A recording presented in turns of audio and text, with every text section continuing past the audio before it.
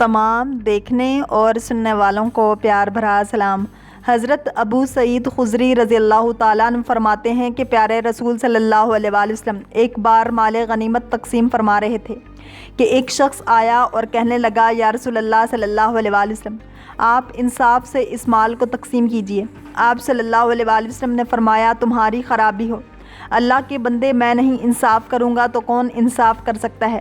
اس کی اس گستاخی کو دیکھ کر حضرت عمر رضی اللہ تعالیٰ عنہ نے کہا، اللہ کے رسول صلی اللہ علیہ وآلہ وسلم اجازت دیجیے، میں اس کی گردن اڑا دوں۔ پیارے رسول صلی اللہ علیہ وآلہ وسلم نے فرمایا، جانے دو، اس کی کوکھ سے وہ اور اس کے رفقا ایسے ہوں گے جن کے نماز روزوں کے مقابلے میں تم اپنے نماز روزوں کو ہیچ سمجھو گے۔ تم سمجھو گے کہ ہم کچھ نہیں کر رہے۔ اسی طرح وہ لوگ قرآن کی تلاوت کریں گے لیکن حلق سے نیچے وہ تلاوت نہیں اترے گی۔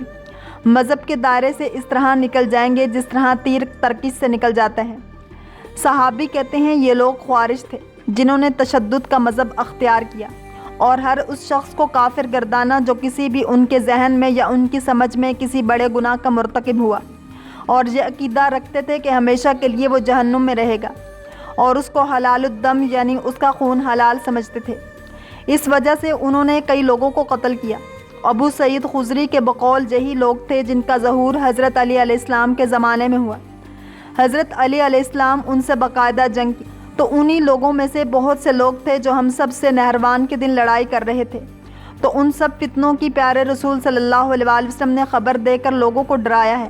کہ یہ سب اعمال جو فتنہ کا باعث ہے نہ کیے جائیں۔ کوئی یہ کہہ سکتا ہے کہ فتنے کی خبر دے کر عمل نہ کرنا یا اپنے آپ کو ڈھیلا چھوڑ دینے کی تلقین کی ہے؟ نہیں، بلکہ پیارے رسول صلی اللہ علیہ وآلہ وسلم نے تنبیہ کی ہے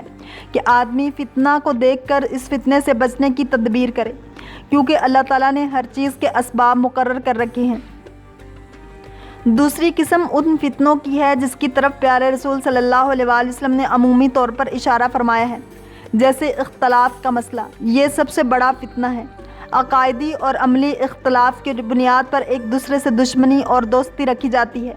جو حقیقت میں امت کی کمزوری کا سبب بن رہا ہے، جس کا تذکرہ ارباز بن ساریہ کی حدیث میں ملتا ہے۔ وہ فرماتے ہیں کہ اللہ کے رسول صلی اللہ علیہ وآلہ وسلم نے ایک مرتبہ ہم کو نصیحت کی، بڑی فصیح و بلیغ نصیحت کی کہ ہمیں لگا کہ آپ ہمیں رخصت کرنا چاہتے ہیں یا آپ کا یہ آخری دن ہے۔ ہم نے طلب کیا کہ ہمارے لیے کوئی نصیحت فرما دیجیے۔ پیارے رسول صلی اللہ علیہ وآلہ وسلم نے فرمایا، جو حاکم تمہارے اوپر مقرر ہو اس کی اطاعت کرو، شرط یہ ہے کہ مسلمان حاکم ہو، اسلام پر عمل کرتا ہو، اسلام کے کام کرتا اور کراتا ہو، اسلام کے کام میں روڑا نہ ڈالتا ہو۔ ہاں، اگر کبھی کچھ ظلم کر رہا ہو تب بھی اس کے خلاف آواز نہ اٹھاؤ۔ ضروری نہیں کہ وہ امام قریش کا ہی ہو، جیسا کہ لوگ کہتے ہیں کہ اس کے بغیر خلافت نہیں ہو سکتی۔ حبشی غلام بھی تمہارے اوپر مسلط ہو جائے تو اس کی بات سنو اور اس کی اطاعت کرو، یعنی اس کے خلاف خروج صحیح نہیں۔ آج کل دیکھا جاتا ہے کہ جہاں کہیں بھی مسلمانوں کی حکومت ہے اس میں یقیناً اس حکومت کو گرانے کی کوشش کی جاتی ہے اور کفر کا فتویٰ دیا جاتا ہے۔ غلط انداز سے اس فتنہ کو دور کرنے سے اس میں بہت بڑے مسائل پیدا ہوتے ہیں۔ یقیناً یہ بہت بڑا فتنہ ہے کہ اللہ کے دین اور قانون کی حکومت نہ ہو،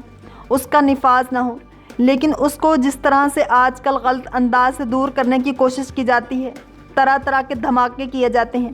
یہ چیز بھی سب سے بڑے فتنے کی ہے۔ اس فتنہ میں ساتھ دینا غلط ہو جاتا ہے۔ اگر عام مسلمان امن میں ہیں اور حاکم وقت اگر اس طرح کا ہے جس سے کوئی امید نہیں ہے کہ وہ ہمارے دن کی تفویض کرے گا یا یہ کہ ہمیں کچھ چھیڑتا بھی نہیں ہے، تو اس وقت اس قسم کے کام کر کے یہ گمان رکھنا کہ اس کے ذریعے ہم اس کو ہٹا دیں گے،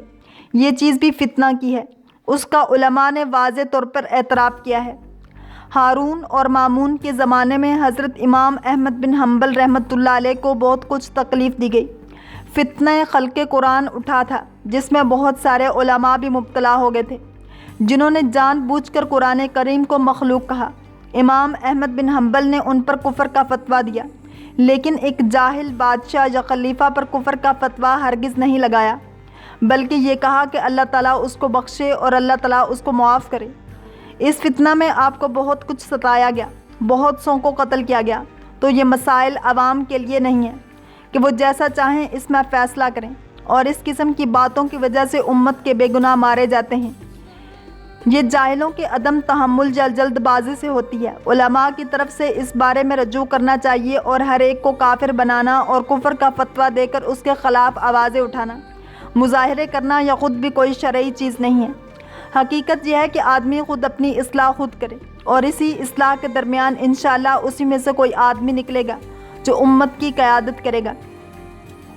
پیارے رسول صلی اللہ علیہ وآلہ وسلم نے ارباز بن ساریہ کو اختلاف سے بچنے کا طریقہ بتایا۔ میرے بعد جو زندہ رہے گا وہ بہت کچھ اختلاف دیکھے گا، ایسے میں میری امت میرے ہدایت یافتہ خلفائے راشدین کی سنت کو پکڑ کر رکھو، اس کو دانتوں سے مضبوط پکڑ لو۔ یہ پیارے رسول صلی اللہ علیہ وآلہ وسلم کے اختلاف کے موقع پر نصیحت رہی۔ اسی وجہ سے ہم تمام مسلمانوں سے یہی کہتے ہیں، اگر کسی چیز میں چاہے وہ چھوٹی ہو یا بڑی، جھگڑا ہو جائے تو اللہ اور اس کے رسول صلی اللہ علیہ وآلہ وسلم کی طرف لوٹا دو۔ حضرت عبداللہ بن عمر رضی اللہ تعالیٰ عنہ کہتے ہیں کہ ایک دن ہم نبی کریم صلی اللہ علیہ وآلہ وسلم کی مجلس مبارک میں بیٹھے ہوئے تھے کہ آپ صلی اللہ علیہ وآلہ وسلم نے آخر زمانہ میں ظاہر ہونے والے فتنوں کا ذکر شروع فرمایا اور بہت سارے فتنوں کو بیان کیا، یہاں تک کہ فتنہ احلاس کا ذکر فرمایا۔ ایک شخص نے پوچھا کہ احلاس کا فتنہ کیا ہے،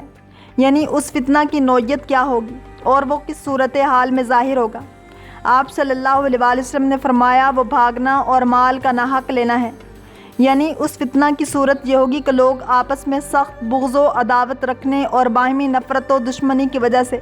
ایک دوسرے سے بھاگیں گے،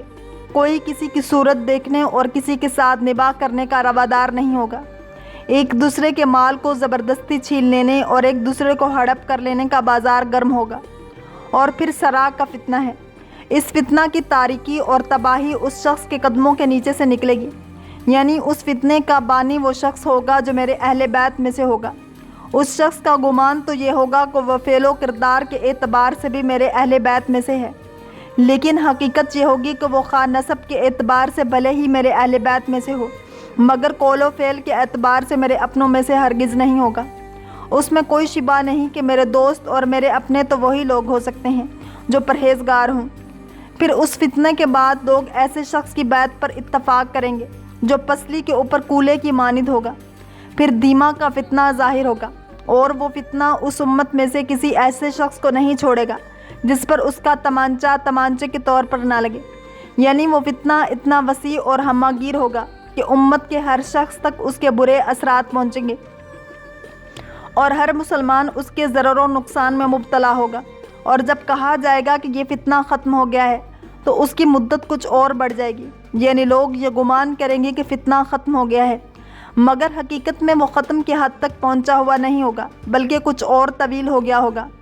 یہ اور بات ہے کہ کسی وقت اس کا اثر کچھ کم ہو جائے گا جس سے لوگ اس کے ختم ہو جانے کا گمان کرنے لگیں گے،